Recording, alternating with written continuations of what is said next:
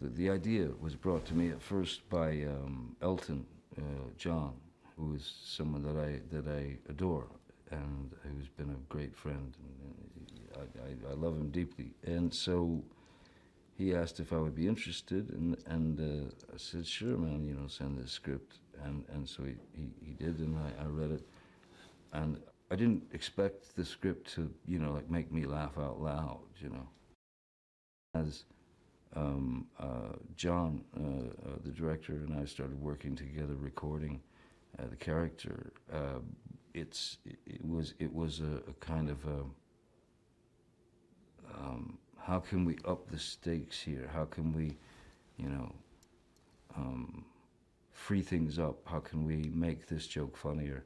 And that relationship, I will always be so thankful of Elton for asking me to do it and introducing me to him, to the director, to John, because he's very, very, very, very, very creative and funny, brilliant man. So we had a lot of fun doing it as well.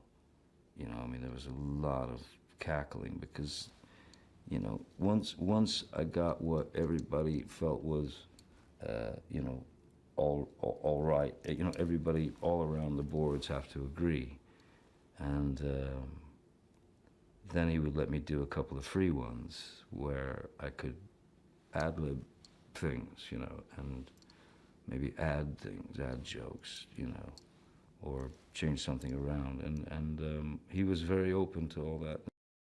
Sherlock Holmes has been played by so many different actors, so there have been so many variations of the character of Sherlock Holmes. I just what I wanted to do was, I wanted him to feel as if he were, I wanted him to sound as if he were pointed very sharp, you know, that he was sharp angled, like yeah, and that his brilliance kind of came out of a clumsiness in a way. But ultimately, the main approach to Sherlock Holmes is, you know, you go, who's your favorite Sherlock Holmes? And mine, with no disrespect to anyone who's played the role, mine, you know, takes me back to my childhood every time I watch Basil Rathbone. So he's not only my favorite Sherlock Holmes, he's my favorite, he's one of my favorite actors. So yeah, my approach is more in the Basil Rathbone sort of arena. Moriarty does, yet again, and rightfully so, rears his ugly head and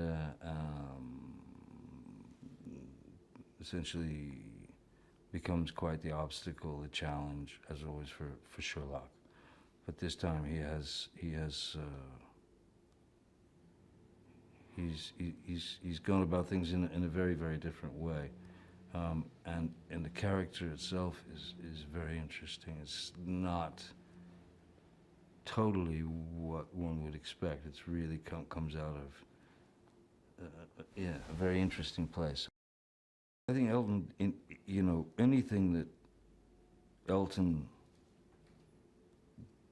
puts himself into is always 1,000%. He doesn't loan himself or rent himself. He gives of himself, and you know, as he and Bernie Taupin always have given of themselves, of their deepest feelings, their, you know, deepest emotions, deepest secrets that they've you know, spit out for the world to hear. A billion classic, brilliant songs. Elton John, just his involvement in anything brings another dimension, a whole other dimension to the project, you know, because he gives wholeheartedly. So I was really honored when he asked me to be involved, and certainly knew that it was going to be something. Yeah, it would be something good. I got addicted to sort of watching these animated films, you know, when my kids were little. You know, there was something about them that well, cartoons break all the laws, don't they? And that's, you know, that's the beauty of seeing those parameters broken and trying to figure out a way to break the parameters in cinema in that same way, so that a character can be potentially accepted in the same way that Wile E. Coyote is when he gets crushed by a boulder and then they cut to him with a little bandage on his head. I wanted Sherlock's voice to be like a razor blade, you know, that could cut through anything annoying, that could cut through, that he found annoying, anything, you know, that someone's in the middle of some soliloquy and he would stop them, you know, on a dime because he has something to say. And it's like this, I sort of pictured this sound of, yeah, this a razor blade voice, you know? And so that's kind of where I ended up, you know.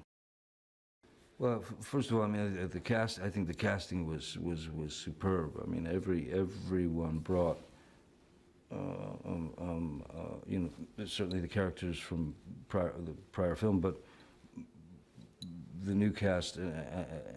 Everybody really brought something to the party that kind of bounced nicely off of one another, even when we didn't record them together. I think the brilliance of John's casting and the